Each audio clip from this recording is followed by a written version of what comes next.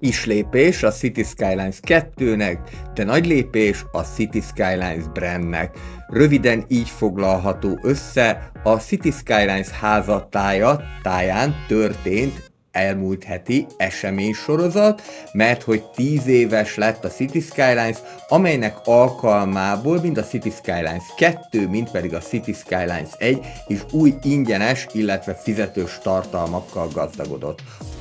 Üdvözlet mindenkinek, ez az Andrew City Live szokásos hétfői tartalma, a City Skylines 2, ahol a mai videóban, a fókuszban az új tartalmak vannak, mind az ingyenes tartalmak, mind pedig a fizetős tartalmak, amelyek közül főképpen most a Mediterranean Heritage tartalmat, amely az olasz, illetve a mediterrán házakat fogja jelenteni, fogom megmutatni. Viszont, mivel ezeket a tartalmakat, illetve ezeket az épületeket nem szerettem volna az amerikai típusú városomban megmutatni, ezért kerestem egy már létező európai várost, és tulajdonképpen kínálta magát az alkalom, hogy Flora városát folytatva építsük meg a Mediterranean Heritage házakat, kiegészítve itt-ott, ahol szükséges, a Dragon Gate kiegészítőnek a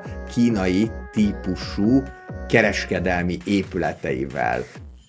A mai részben tehát az új épületekről lesz szó, illetve ezeket fogom bemutatni, a teljesség igényen nélkül, hiszen a Leisure Venues-t már egy korábbi önálló tartalomban bemutattam, a Dragon Gate és a Mediterranean Heritage-ről pedig szintén készülőben van egy önálló videó, amelyet remélhetőleg még ezen a héten meg lehet tekinteni ezen a csatornán.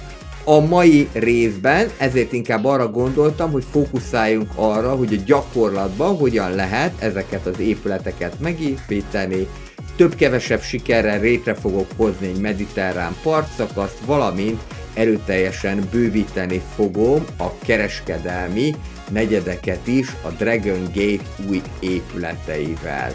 Ezzel összefüggésben, hogyha neked tetszenek az ilyen tartalmak, akkor köszönöm, ha egy lájkkal, kommenttel, illetve feliratkozással segíted a csatorna munkáját. Most akkor lássunk neki az építkezésnek, ez a hétfői City Skylines 2, jön a főcím, és utána mutatom is a mediterrán épületeket.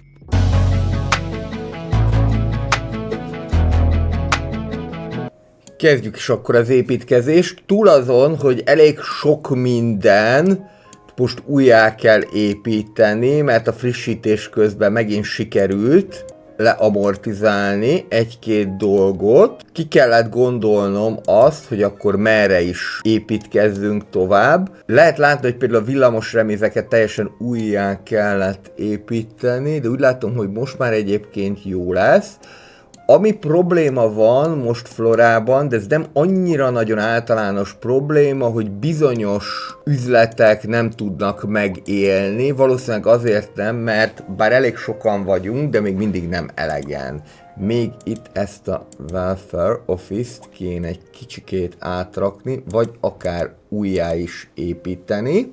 Ezt tegyük is meg, sőt akár lehet egy ilyen kompaktabbat is választani, ez a Kelet-Európai Jóléti Központ, vagy Munkaügyi Központ, amely tulajdonképpen az egész városra értendő. És akkor nézzük, hogy mi az, amit tudunk építeni, illetve hol tudnánk megépíteni a Mediterranean Heritage-nek az épületeit. Alapvetően szerintem a Mediterranean Heritage épületei azok hegyoldalban tudnak jól kinézni, illetve úgy, hogyha érvényesülni tud ez a jellegzetes formájuk. Tehát nem hangzik az butaságnak, hogy mondjuk ide erre a részre kezdjem el kialakítani ezt a negyedet, vagy akár ide is lehetne. Mind a kettő elég forgalmas, illetve van még egy olyan lehetőség, ez persze némi tereprendezést igényel, hogy itt kezdjük el a Mediterranean Heritage épületeit majd megcsinálni.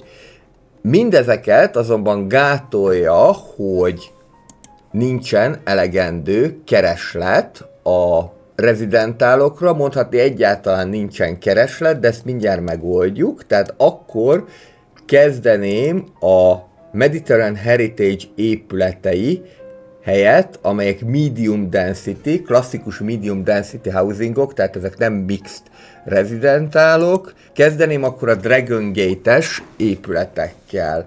Ezek, én elsőre azt gondoltam, hogy hát ezek inkább csak mondjuk kínai típusú városban használhatóak, aztán rájöttem, hogy tulajdonképpen ezeket eléggé jól lehet más típusú városban is használni.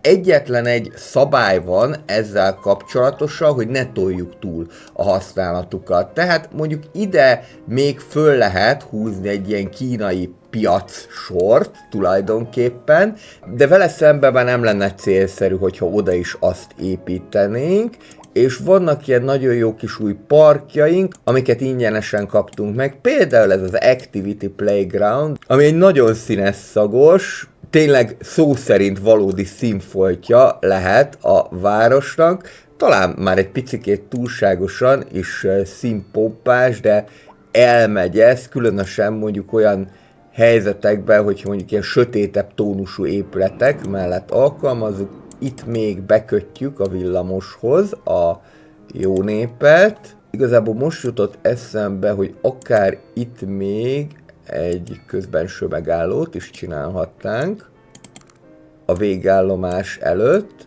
Ez az 5-ös villamosnak a végállomása, és ez a nagy kanyar, ez gyakorlatilag a villamosnak a lezárását is jelenti. Innét már nem hiszem, hogy tovább fogom építeni, és remélhetőleg, hogy normálisan végig is fog majd benni. Közben már fölépültek az első Dragon Gate-es épületek, azt lehet mondani róluk, hogy igen csinosak, ráadásul sok különböző méretben elérhetőek, tehát a 2x2-estől a 6x6-osig gyakorlatilag mindenfajta méretben megtalálhatóak. Vele szemben pedig akkor már nem építkeznék, hogy kerüljük el a túlzsúfoltságot, hanem szépen egy ilyen kis sétányszerűséget alakítanék ki.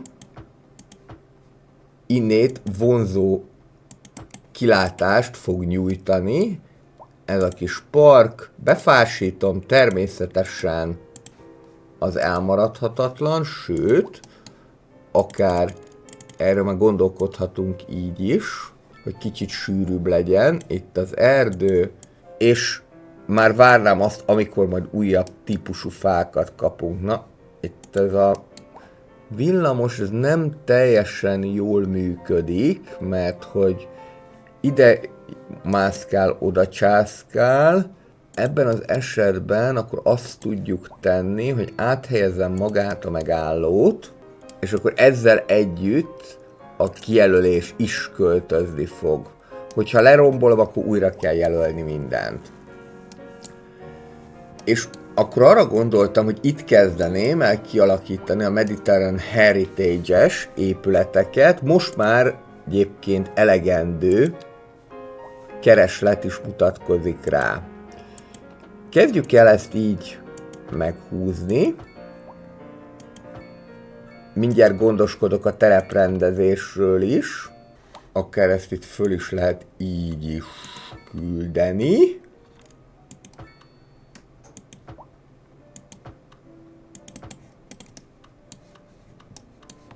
Ez mondjuk elég bénán néz ki így, úgyhogy akkor nem feltétlenül ezzel a megoldással élnék, hanem egy kicsikét puhábban hoznám ezt a kanyart. Mondjuk így. Ez már mindjárt jobb. És akkor itt ezt még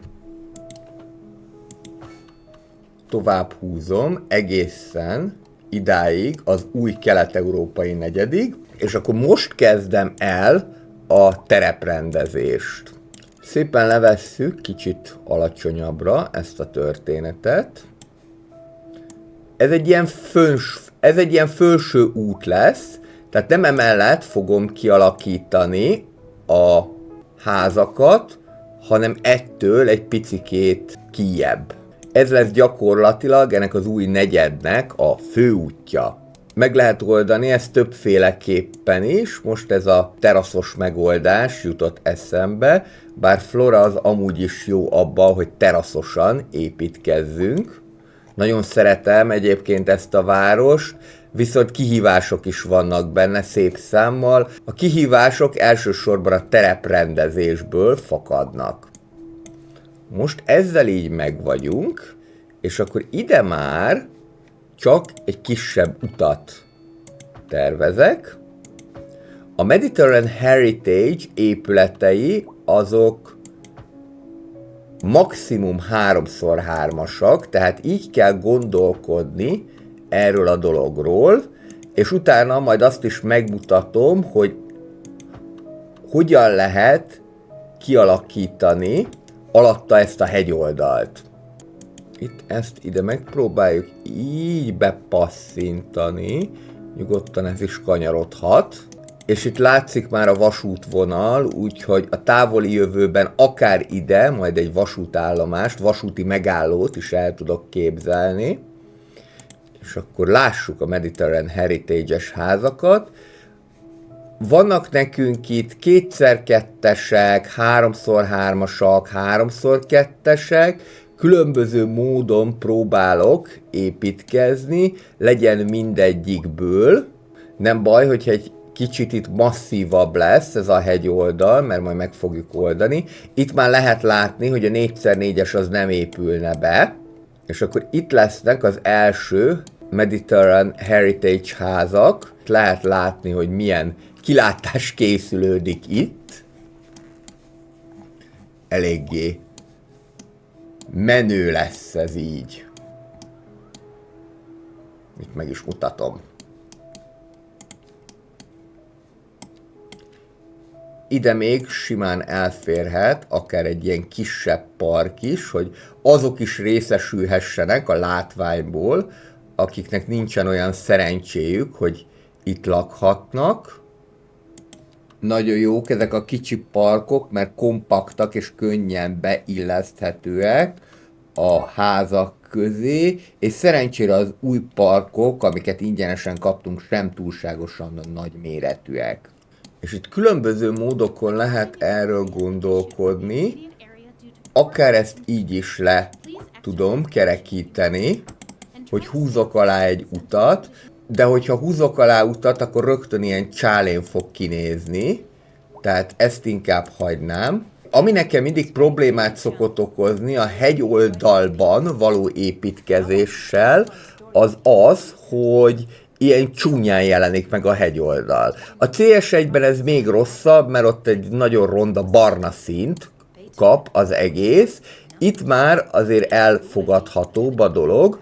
Többféle megoldás is van, az egyik legegyszerűbb, hogy ezzel a Soften tool-lal egy kicsit lekerekítjük a dolgot, de látható, hogy még azért így is eléggé meredek lesz, úgyhogy én azt találtam ki, hogy csináljuk meg ezt úgy, minthogyha egyfajta szőlőültetvényt húznánk oda, mindjárt meg is mutatom, hogy mire gondolok, ami nem szőlőültetvény lesz, de mondjuk így, hogy egy ilyen repkénysor-szerűség. Van többfajta, például ez a Cultivated Green Bush, amivel ilyen nagyon szorosan lehet építkezni. Talán ami leginkább ezt a felfuttatott repkényt vagy borostyánt idézi meg, az ez a fajta. Ez a Cultivated Green Bush Free. És akkor ezzel lehet csinosítani a környéket. Nem tökéletes, de már is sokkal jobban néz ki, mint hogyha csak úgy üresen pőrén állna ott a hegyoldal. A sziklák esetében sajnos még azt nem tapasztaltam, hogy ezt jól meg lehetne oldani, pedig ez nagyon fontos lenne, hogy a sziklákat is ilyen vagy ennél szorosabb módon le lehessen rakni. És igen, ezt akár ennyire szorosan is be lehet húzni. Az egy másik kérdés, hogy ennél a propline-nál, hogyha így építkezünk, és csak egyetlen egy helyen nem tudja megépíteni, akkor már az egészet nem fogja megépíteni. Tehát nincs olyan, hogy de akkor egy részét megépíti. Tehát ügyesen kell ezt behúzni, viszont így egészen sűrű borostyánt lehet vele alkotni. Ez gyakorlatilag csak egy ötlet, hogy hogyan lehet a hegyoldalt földobni. Még itt se tökéletes, idáig még be tudnám húzni. Még mondjuk itt elfér valami, és aztán annyi a történet. Figyelni kell arra is egyébként, hogy úgy húzza az ember, hogy megfelelő távolságra, hogy még közte is elférjen. Még itt befejezem mindenképpen. Ez lehet egy lehetséges megoldás, a másik pedig, hogy egy újabb szintet hozunk létre. Megpróbáljuk most ezt is. Hiszen erre is van lehetőség. A Mediterranean Heritage-nél szerintem nyugodtan lehet úgy építkezni, hogy kicsikét kacskaringós az út, mert elég jól föl fogják venni ezek az épületek a formát. Ezek nem mindegyik csomagra jellemző ez, de a Mediterranean Heritage speciál igen. Még itt egy picikét visszaveszünk belőle, hogy a repkény az érvényesülni tudjon. Repkény vagy borostyán, az tulajdonképpen mindegy, és pont itt még el tudunk jönni. Egészen idáig. Itt már hegynek fölfele nem küldeném, azt majd még kigondoljuk, hogy hogyan lesz. Lehet, hogy itt egy nagyobb híd lesz, amúgy is egyébként érik ide egy nagy viadukt. Nézzük akkor az újabb épületeket. Ezek ilyen kis 2x2-esek lesznek, ez lesz a következő sor, vagy a következő szint. Illetve itt lehet a 3x3-assal is élni. Hogyha sorba rakjuk le, akkor ez így működhet. Természetesen önálló negyedként is működhet a dolog. Abban az esetben pedig már meg fognak jelenni a sarokházak is. Most itt éppen sarokház nem épült meg. Ebben már elég fejlett az algoritmus szerintem, hogy ne épüljön sarokház oda, ahova az egyáltalán nem való. Egy másfajta megoldással fogok élni. A technika ugyanaz, csak ezt a Cultivated Flower Bush 2-t fogom használni. Lehető legszorosabban próbálom lerakni. Itt már mondjuk van egy olyan rész, ahol szerintem egyszerűen csak így próbálnám építeni a dolgot, illetve meghúzni. Közben néha rá is mentek, mert ha valamikor, akkor aztán ilyenkor hajlamos kifagyni. Tipikusan olyan hely, ahova akár egy liftet is be lehetne húzni. Közben itt a szarvas lerombolt a nagyon meredek hegyoldalon, és szerintem az lesz, hogy akkor ami itt van, azt itt megpróbáljuk lefedni különböző fákkal. Most itt a biológia tudásom némiképpen cserben hagy, hogy melyek azok a fák, amik a hegy oldalban is meg tudnak maradni, de akkor ennek hiányában a birsfákat építeném meg, aztán ezt majd úgy is lehet még fazonírozni a későbbiekben. Most már elkezdett kialakulni ez a 2 szintezettség, és akkor ezt majd még tudjuk itt fokozni. Akár egyébként ide is lehetne építeni, de lehet, hogy az már túlságosan szoros lenne, sőt egészen biztos. Itt megpróbálok most egy olyan megoldást, hogy leküldök egy utat, amit pont nem fog engedni, de azért ezt át lehet tervezni, úgyhogy ezzel mindenki jól járjon, és nem, mert annyira meredek ez a rész, de itt most ugyan ennek az egyik ház áldozatául esett, de végül sikerült ezt behúzni. Ennek azért örülök, mert ez még jobban fogja majd ezt a szintezettség érzést növelni. És ráadásul drága lakosaink már birtokba is vették. Itt az alsó utat, és akkor itt a közbenső gyalogút az, amivel majd még valamit kezdeni kell. Ezt is itt be lehet kötni. És jöhet tovább. Ez a sorozatlövés, és ezt nem is lehet máshogy húzni, csak egyenesen. Tehát, hogyha ferdén akarom húzni, akkor kisebb szakaszokban kell gondolkodni. Úgy lehet ezt megcsinálni. Ami dekoráció nagyon hiányzik nekem ebből, az a CS1-ből ismert vegetáció, amellyel hiánytalanul lehetne lefedni ezeket a részeket. Itt elég lehet akár már csak 2 sor is. Ide mögé szerintem még simán bejöhetnek mediterrán házak, illetve a kedvenc parkom.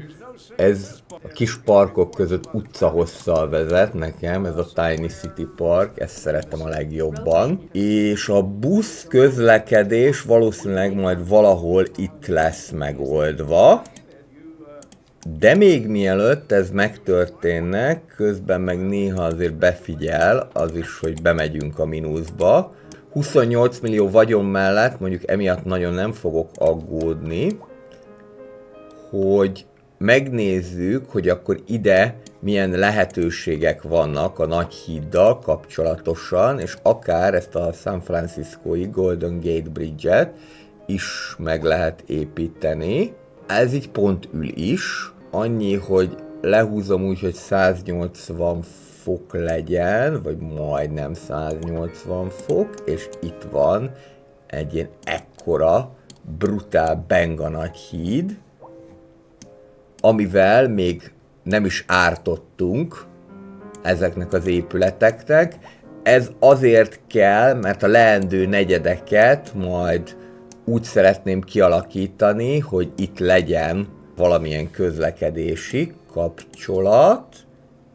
Egy-két területet még kisajátítunk, és aztán mindjárt ránézünk a költségvetésre, hogy hol is állunk. Szerintem kamersálokat, illetve irodákat is kell majd építeni, annak érdekében, hogy ne legyen rosszabb a helyzet. Ez a San Franciscói híd, ez a 6 sávos úttörténet, de ide tulajdonképpen teljesen kellemesen meghúzható ez, még kaphat egy nagyobb méretű körforgalmat is, akkor már valami díszeset, mondjuk egy ilyen, ez jobban illik a külvároshoz, és most nagyon bementünk a mínuszba, 22 000-es, pedig olyan nagyon sok mindent nem építkeztem, de jól van, akkor húzzuk föl magunkat valahogyan, és itt még építenék pár ilyen Mediterranean Heritage házat, aztán pedig akkor koncentrálnék 1000-rel arra, amiből bevételünk származhat. Ránézek a költségvetésre, mi itt a helyzet. Egyedül az elektromosságból van bevételünk, 290-et exportálunk. Valószínű, hogy amivel probléma lehet, az az, hogy bizonyos termékek hiányoznak, azt látom, hogy az olajszármazékok azt igen, és itt lesz a probléma. Igen, a feldolgozott termékek, a processing, tehát a food az, ami hiányzik. Most azt nézem, hogy akkor ezt kéne valahogyan orvosolni.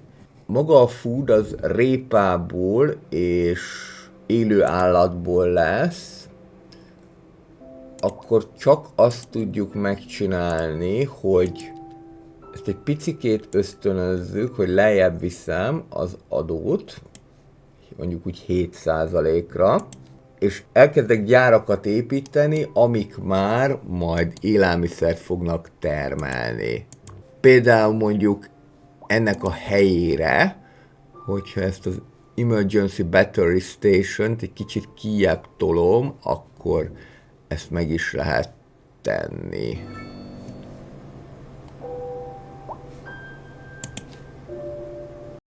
Ja, igen, csókolom, csak kéne egy transformátorállomás is, akkor már. Jó, így most ez jó. 33 000-es veszteség az kevésbé. Ide viszont akkor most már ki lehet alakítani a gyárakat. Mindjárt meglátjuk, hogy mekkora arányban.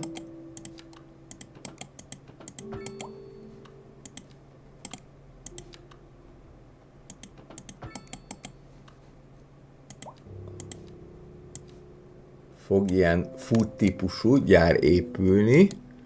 Jó durván építkeztem itt, de ezt is mindjárt le lehet kerekíteni. Ha persze, ahogyan én azt elgondoltam.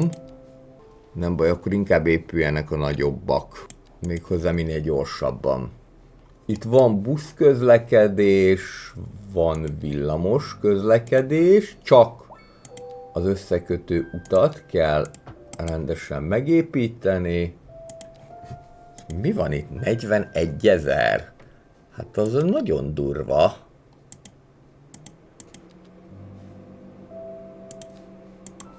Illetve még ezt is újjá kéne építeni, bár az is az érdekes, hogy annak ellenére jönnek ki a villamosok, hogy ennek nincsen kapcsolata. Nem baj, ezt újjáépítjük.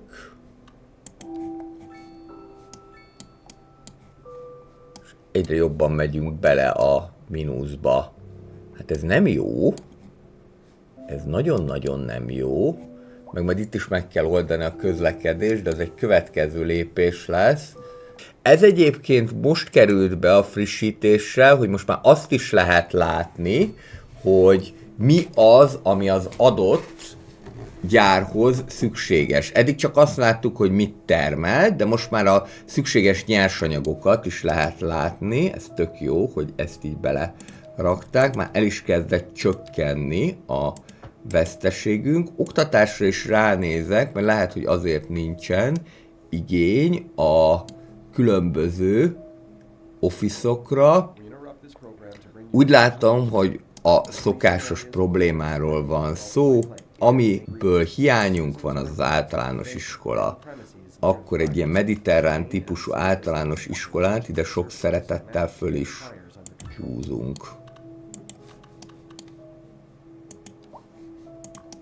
Ez így fog kinézni, ilyen kis nagyon egyszerű, és akkor őt itt ki is lehet még bővíteni egyszer. Itt már jó be is parkoltak a józsikák, ide még simán lehet még egy sort ide tenni, és ez lesz akkor az alsó út, mármint az alsó nagyobb kapacitású út, na ezt viszont már fölvezetem valami értelmes helyre. Ide, ha akarnék, még betehetnék egy nagyobb hidat, de már így is túlságosan sok a hídból, úgyhogy itt csak ezt le fogom vezetni.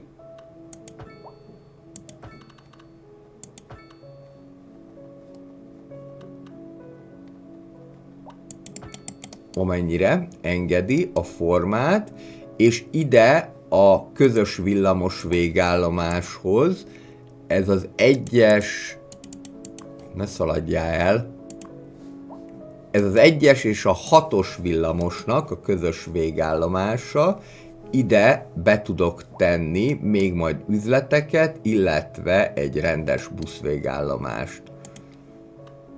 A mediterrán épületeknek köszönhetően, meg nyilván a természetes növekedésnek köszönhetően is egyébként egy 10-essel megnövekedett a lakosságszámunk. Itt van egy ilyen kicsi buszállomás, majd ez fogja kiszolgálni azt az új negyedet, amit még el sem neveztem, és ide én úgy látom, minthogyha mutatkozna igény a különböző kereskedelmi épületekre is, akkor ide ezt bőven le lehet tenni, ráadásul azért jó ez a Chinese vonal, ez a Dragon Gate, mert akár 6x6-os épületeket is le lehet vele rakni. Ide jöhet a nagyobb épületrész, ide pedig a kisebb épületek. Hát végül is Ma már ezeket a lakótelepeket általában a kínaiak szolgálják ki, teljesen mindegy, hogy milyen országban vagyunk, úgyhogy ez egyébként ide teljesen megfelelő és autentikus is lesz. Fölépítik az ilyen nagy csempészboltokat, azért mondom őket csempészboltnak, mert nem vagyok benne biztos, hogy az áru az legális úton érkezik be az üzletbe, és akkor onnantól kezdve aztán indulhat a nagyüzemi értékesítés. De gyakorlatilag ügyesen csinálják, mert ez a kis Terinéni, Marinéni vegyesboltja, ezt megveszik, és kibővítik a 3-szorosára, vagy a 4-szeresére. És innentől kezdve szoktam mondani, hogy ami a kínai üzletben nincsen, az gyakorlatilag nem is létezik. Na, még ide is sikerült egy ilyen kis sétányt alkotni. És hát szerintem egyébként a kínai és a kelet-európai épületek, azok teljesen jól meg is férnek egymással. Itt már eléggé masszív lakóépületek alakultak ki. Szerintem egyébként a kammersáloknál, ezeknél a light kammersáloknál az lehet mindig egy irányadó tanács, hogy soha ne építsünk túl sokat egymás mellé belőle. Itt van egy nagy gyógyszertár, illetve egy nagy obi, vagy brikosztor, vagy ahogy tetszik. Itt is papírt, illetve bútort árulnak. Jöhet még egy sor, 3-as, 2-es vegyesen, ahogyan kifér, és akkor így már 4 szintes lesz. Ez a kis mediterrán lakótelep. Ide nem tudok semmit sem építeni, ide viszont még lát egy parkot.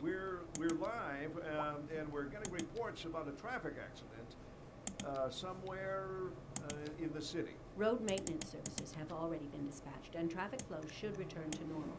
But if you're planning a quick trip out, you might want to wait a little while until everything clears up. If you're in it, you already know about it. No use reminding you. Meanwhile, Mondjuk ez az új típusú kör alakú játszótér. on to our main feature story. The commercial district is booming as the area Ez is nagyon színpompás. stores, bringing the latest in luxury to our Úgyhogy az ingyenes épületek között, ingyenes parkok között most rengeteg ilyen színpompásat kaptunk. Ez az én ízlésemnek már egy picikét túlságosan sok, de ez nyilván azért ilyen, szerintem ennek is azért marketing okai vannak, hogy a fizetős épületek azok viszont ilyen szép letisztultak legyenek. Tehát, hogyha itt végignézünk ezeken a Mediterranean Heritage épületeken, akkor ezek szerintem gyönyörűek. Tehát nagyon jól tudnak kinézni, és még a saroképületeket meg sem mutattam.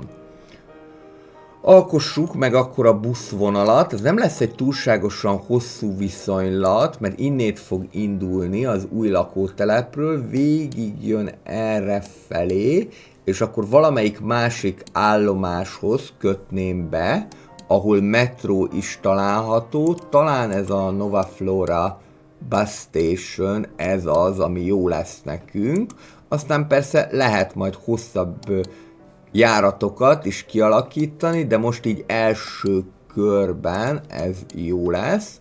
Annyi kiegészítéssel talán, hogy ha már mondjuk innét indul, akkor tárja már föl ezt a lakótelepet is, és ez talán nem fog olyan menetidő növekedést produkálni, hogy ne utazzanak vele. Majd valahol a parkolókról is gondoskodni kell. Itt föl fog menni, át fog jönni ezen a hídon, és gyakorlatilag még Nova Florának ezt az eddig tömegközlekedéssel ki nem szolgált részét fogja kiszolgálni. Ezt ki is tudjuk bővíteni, illetve egyéb extra szolgáltatásokat, mint például taxi állomást is tudunk építeni, csak ez a 46 000-es mínusz, ez már elég ijesztő, úgyhogy ezzel mindenképpen kezdeni kell valamit. Ez szépen föltárja az egész lakótelepet. Ez nem egy nagy lakótelep, viszont annál többen laknak rajta, mert hogy szinte teljesen high density rezidentálokból áll. És meg is vagyunk. Ez ennyi volt, nem egy nagyon hosszú vonal, a 11-es A. Nézzük a kerületnek az elnevezését, ez ugye jelen pillanatban még a Saturnushoz tartozik, de itt 2 további kerületet lehet kialakítani. Egyrésztről itt van egy ilyen Urban Promenades terület, mindenféle nagy parkkal található a kampusz, illetve az egyetemi rész mellett. Florának a sajátossága, aki most kapcsolódik be ebbe a sorozatba, hogy mindent latin elnevezéssel illetek. Ma nem mondanám, hogy túltenk bennem a fantázia, illetve a kreativitás az elnevezésekkel kapcsolatosan, de akkor ezt a részt, mivel az egyetem mellett található, pontosan így fogjuk elnevezni, hogy az egyetem közelében, Apud Universitates, az Apud jelenti azt, hogy közelében. Itt senkinek sem az apukájáról van szó, az Apud az egyszerűen azt jelenti, hogy közelében. Hogyha ez furcsának tűnne, akkor például Bécsben is van olyan metró megálló is, az U6-os metrónak egy megállója, hogy Am Schöpfwerk, ami azt jelenti, hogy Schöpfwerk mellett. Csak mondjuk nálunk nem terjedtek el ezek a típusú elnevezések, viszont van felső, alsó, és így tovább, vég. Ezt a részt pedig nevezzük el akkor, mivel itt zömmel kelet-európai típusú házak találhatóak, hogy Orientalis Európa, vagyis Kelet-Európa, ahol a villamosok megint sikeresen megakadtak. Ez a 2 viszonylat is túlságosan sok már ennek a résznek, lehet, hogy akkor másképpen fogok gondolkodni. Ad absurdum, egyébként még azt sem tartom elképzelhetetlennek, hogy ide levezetem majd egyébként az egyik villamost. A kiegészítőnek az a neve, hogy Mediterranean Heritage, ami magyarul azt jelenti, hogy mediterrán örökség, ez latinra visszafordítva, Patronium Mediterraneum, én is azért puskázok Google fordítóról, mert hogy ugyan tanultam 3 évig latin, de azért már kevés dologra emlékszem belőle, tehát a Patronium Mediterraneum lenne, viszont ezt nevezzük egyszerűen akkor csak Patroniumnak, vagyis az örökség területének ezt a kis hosszúkásat, ami eddig bezárólag fog tartani. Expecto Patronus Harry Potterből ismerős lehet, és elnevezem magát a buszt is. Ez már a 11-es A vonal, rögtön elég erősen kezdett, 22%-os kihasználtsággal, tehát ez megy az Orientalis Európától Nova Floráig, és útba ejti a Patroniumot is. Ami nekünk ide még közlekedési lehetőségünk van, az mindenképpen ide még be tudunk építeni egy vasúti megállót. Ezt a részt ugyan most csak tehervonatok használják, de ide szerintem jól fog kinézni, hogy egy kisebb típusú vasúti megálló fog kerülni, nagy valószínűséggel, ami szerintem a legkompaktabb és a legjobban beilleszthető, ez majd ez a kelet-európai típusú vasúti megálló lesz. Közben helyreállt itt a forgalom. Most azon gondolkozok, hogy megérnie esetleg levezetni a villamost, mondjuk akár idáig a Prospect Lane-ig, vagy akár még tovább is, mennyire lenne az valósághű, vagy mennyire rombolná szét a tájképet, ugye erre is kell gondolni. És mivel anyagilag azért nem állunk olyan nagyon fényesen, ezért óvatos lennék a különböző építkezésekkel, úgy tűnik ez az 1020 tonna, ez masszívan maradt hiányba, a foodról, de talán már valamivel többet termelünk. Lehetséges, hogy megint úgy belenyúltak a játékba, hogy megváltozott ez a része. Úgyhogy akkor én ezzel annyira nem is törődnék, hanem itt még kialakítanám a továbbiakat.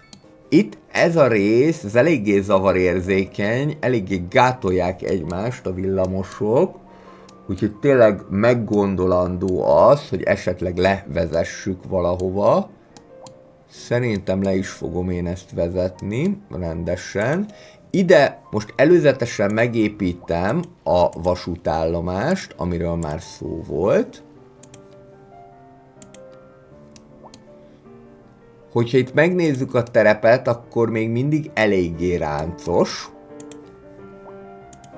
Behúzok ide egy utat, akkor viszont már jobb lesz a helyzet. Most megépítem a vasúti megállót. Fú, ez így nagyon nem néz ki jól, gyerekek. Ez nem tetszik. Ezt csak úgy lehet megoldani, hogyha mellette szépen lesorjázzuk a dolgokat, és ráadásul úgy, hogy ide még valahogy majd a villamosnak is el kéne férnie. Közben cseréljük szerintem ezt a zenét. Nagyon kellemes, de nézzünk inkább egy ilyen kis Chinese történetet. Ez is chilles. Egyedül a Phil Funk God Radio az, ami olyan, hogy pörgősebb. De a klasszik zenéből kicsit sok volt. Aha. És itt még ilyen fokú különbség is látható. Na, akkor ezért nem tudtam én ezt normálisan megépíteni. Jó, legyen az, hogy itt nagyjából egy vonalban vagyunk a vasúttal. Itt ezt kialakítjuk szépen. Megépítem ide a vasúti megállót.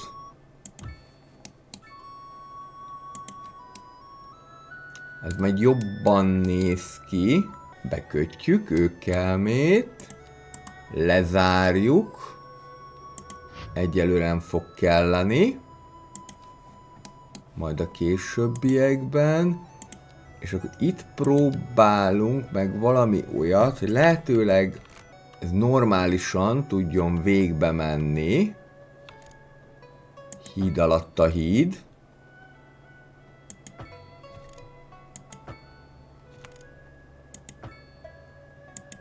És így.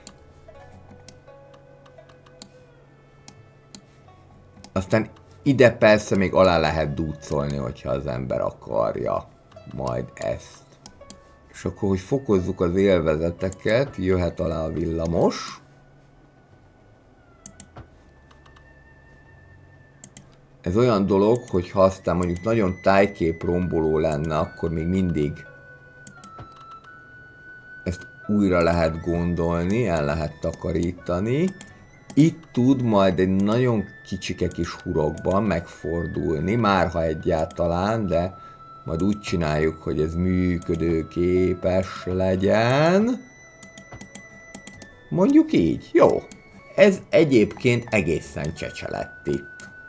Itt úgyis csak 3 szélesek lesznek a házak, tehát nem fog ide bezavarni. Itt el tud jönni a vasút mellett. Itt lesz nekünk egy szűk keresztmetszetünk, ahol akár az alagút megoldásával is élhetünk. Picit hosszú az alagút, de így akkor ki lehet lőni gyakorlatilag a közös szakaszt. És akkor ez azt jelenti, hogy valamelyik viszonylatot, ez lehet akár az 1-es is, egészen idáig el lehet hozni. Akkor ide kell csinálni még 2 megállót, vagyis egy megállópárt. Ezzel egyébként amúgy sem olyan nagyon sokan közlekednek. Ezt vissza. És most meghúzzuk egészen idáig. Itt biztosítva van az átszállás, de már külön megállópár van, innentől kezdve az 1-es meg a 6-os nem fogják egymást zavarni, és további megállók is beépíthetők ide. Például rögtön itt egy. Innentől kezdve van közvetlen belvárosi kapcsolat. Még akkor is, hogyha ez a ház áldozatául esik, meg ez a másik is, de itt most a közérdekében kellett némi ráfordítást eszközölni. Itt ez már nagyon meredek, de azért ha nagyon akarom, akkor meg tudom oldani, hogy kapcsolódjon. Ide jöhetnek újabb házak, illetve még egy megállópár. Hát ez simán. Meglátjuk, majd mennyien fogják használni, és majd itt is lehet ezt még tovább építgetni. Itt ezt, hogy át tudjanak szállni, összekötöm. Vigyázni kell vele, mert hogyha keresztül akarom húzni, akkor rögtön ilyen hidat fog építeni, ami nekünk nem kell. Közben a tornádó is készül elszabadulni a városban. És akkor végül is így fog ez kinézni, még azzal a kitétellel, hogy ide lehet még a végére beépíteni egy ilyen kis megállót. Jó, ez újjáépül, nem para, és még ide is jöhetnek épületek. 20 000 a veszteségünk. Ezt pedig majd akkor fogom bekapcsolni, ha úgy látom, hogy igény mutatkozik rám, megőrülök, hogy megint elkezdett visszafele menni. Nem baj, akkor ezt áthelyezzük, és így is jó lesz. És már mennek is lefele az emberkék, de ne csináld már ezt B+. Ez a halálom, ez amit a villamos csinál, és ráadásul ez még a fejlesztések, a lehetséges fejlesztések között sem szerepel, hogy ezt megoldják. És egyébként meg azért sem értem a dolgot, mert a City Skylines 1-ben ezt simán meg tudták oldani, hogy a villamos ne váltson vágányt. Lehet, hogy azért van az egész, mert hogy most már normálisan is meg tud fordulni, nem kell hozzá hurokvágány, de fogalmazzunk úgy, hogy ha az ilyen dolgokat kijavítanák, akkor talán nem lenne még mindig 50% alatt a játék értékelése. Just say in. Ez tök úgy hangzik, mint valami középkori zene lenne. Pedig nem. Ez is a Jade Road Radio. Olyan csúnya volt itt ez a hiány. Még föltöltjük. Mennyien laknak Patronium negyedben? 2318. Ez már egy közepes méretű és mediterrán negyed. 10 000-es a veszteségünk, még egy pár irodát azért kialakítanék, és akkor a mai részt szerintem el is tudjuk engedni. Ide más típusú irodákat nem is építenék, itt azért nagyon az európai stílust érvényesíteném ebbe a városba. Ide jöhet a vasút, de ennek nyilván majd csak akkor lesz értelme, amikor már több megállót tudunk létrehozni. Ugye most itt van a főpályaudvar, és itt a Mercurius-tól akkor majd le tud jönni ide, de most még szerintem a villamos az teljesen jól kiszolgálja, és a későbbiekben majd viszont itt mehet tovább akár Nova Flora felé, ha ne adj Isten, pontosabban adj Isten, megoldanák addig azt, hogy föld alatti vasútállomást lehessen építeni, akkor itt a Nova Floránál ez egy teli találat lehetne, és akkor ezzel is ki tudnánk szolgálni a jó népet, és akkor akár egészen idáig is mehetne a Kardeáig, ahol akkor újabb irodákat lehet majd a későbbiekben kialakítani, vagy akár mixed rezidentálokat, mind a kettő működhet, elég nagy már itt a tumultus, és úgy tűnik, hogy ez jelentősen meg is növelte az egyesnek a forgalmát. Rendben van, akkor én ezzel megköszönöm szépen a megtisztelő figyelmeteket, ez volt a hétfői City Skylines, és ebben a tartalomban mutattam be az új épületeket, a Mediterranean Heritage, illetve a Dragon Gate nevezetű kiegészítőnek, fizetős kiegészítőnek az épületeit. A Leisure Venues-t azt már korábban bemutattam egy teljes önálló tartalomban. A linket ide betettem, ott el tudjátok érni a videót, mindenkinek legyen kellemes szép hete, jó játékot a City Skylines 1-jel, vagy akár 2-vel, és találkozunk a következő videóban. Ja, és ne felejtsétek el, hogy holnapi nap, azaz március 25-én kedden a CS1 is újabb frissítésekkel fog gazdagodni. Érdemes lesz majd arra is ránézni. Mindenkinek kellemes hetet kívánok, sziasztok!